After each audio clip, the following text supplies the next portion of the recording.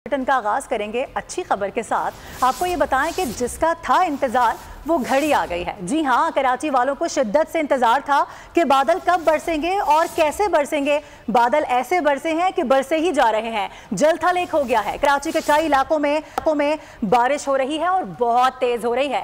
लियाकताबाद की सड़कें डूब चुकी हैं। कुरंगी, शाह फैसल और मलीर में भी तेज बारिश हो रही है।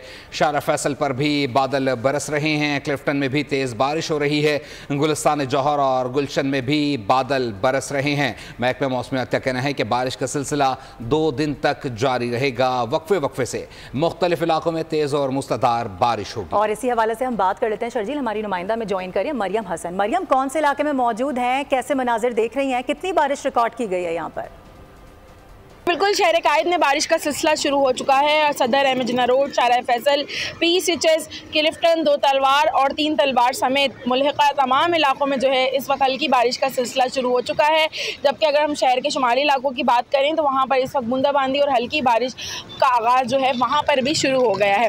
महकमा मौसमियात के मुताबिक आज शाम तक, रात तक जो है वक्फे से बारिश का जो ये सिलसिला है वो जारी रहने का इम्कान है। इस दौरान शदीद गर्म चमक के मूसलाधार बारिश का इम्कान जो है वो जाहिर किया जा रहा है। और जो गर्मी का एक जोर था, जो हब्स की कैफियत थी, वो जो है बिल्कुल तौर पर जो है खत्म हो चुकी है। ठीक है मरियम, हमें अपडेट कर रही थी, बहुत शुक्रिया आपका।